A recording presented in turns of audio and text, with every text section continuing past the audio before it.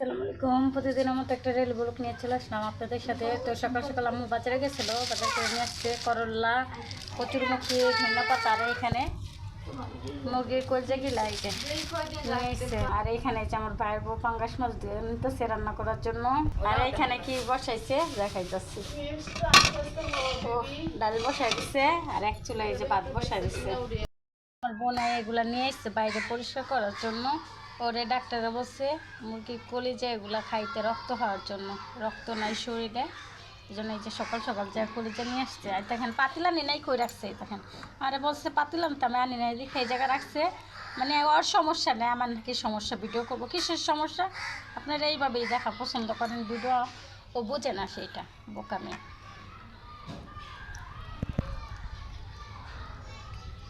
আর এইখানে যে ভাবি পাঙ্গাস মাছ সিদ্ধ কইরা কলমি শাক রান্না করতেছে। তরকারি শাখায় নিতেছে, প্রচুর মুখে পাঙ্গাস মাছ রান্না করবে। আর এইখানে এই যে ডাল হয়ে গেছে, কিন্তু ডালটার কালারটা অনেক সুন্দর আসছে। মাছটা ভাইজা রাখছিল, সব এলোমেলো হয়ে রয়েছে একদম। দেখেন এই যে আলু ভাজি করবে, আলু ভাজি না করল্লা ভাজি, করল্লা দিয়ে আলুটা ভাজি করবে। এখানে কোটাকাটি করে নিতেছে। এই যে পাঙ্গাস মাছটা দিয়ে দিছিল, ঝোল দিয়ে দিচ্ছে। কচুর মুখিতে কিন্তু পাঙ্গাস মাছের তরকারি মজাই লাগে, খারাপ না। গেছিলাম আমি কাপড় ধোয়ার জন্য, এসে দেখে তরকারি রান্না করা হয়ে গেছে। এটা পাতিলে, অন্য পাতিলে বাইরে নাই না, ভিডিও করবো এর জন্য কয়ে যে রান্না করে রেখে দিছি তোর জন্য। দেখছেন সবাই আমাকে কতটা সাপোর্ট করে, বিশেষ করে আমার বাড়ির মানুষ।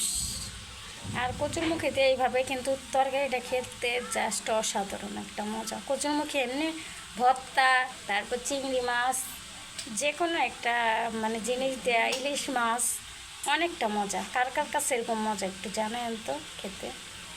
আর এইখানে যে করল্লা ভাজিটা বসায় দিচ্ছে, সাদা সাদা করল্লা ভাজি করবো। আর এইখানে আমার ভাই বুঝি শুনে করতেছে তার ছেলের সাথে। কি আর করা যাবে বলে, সবাই দুষ্টুমি করে, কথা আমাদের চেষ্টা।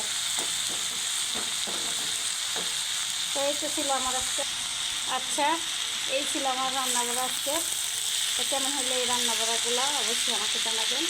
আর যাদের কাছে আমার ভিডিওটা ভালো লাগে অবশ্যই আমার পেজটাকে ফলো করবেন, বেশি বেশি করে ভিডিওগুলো শেয়ার করবেন।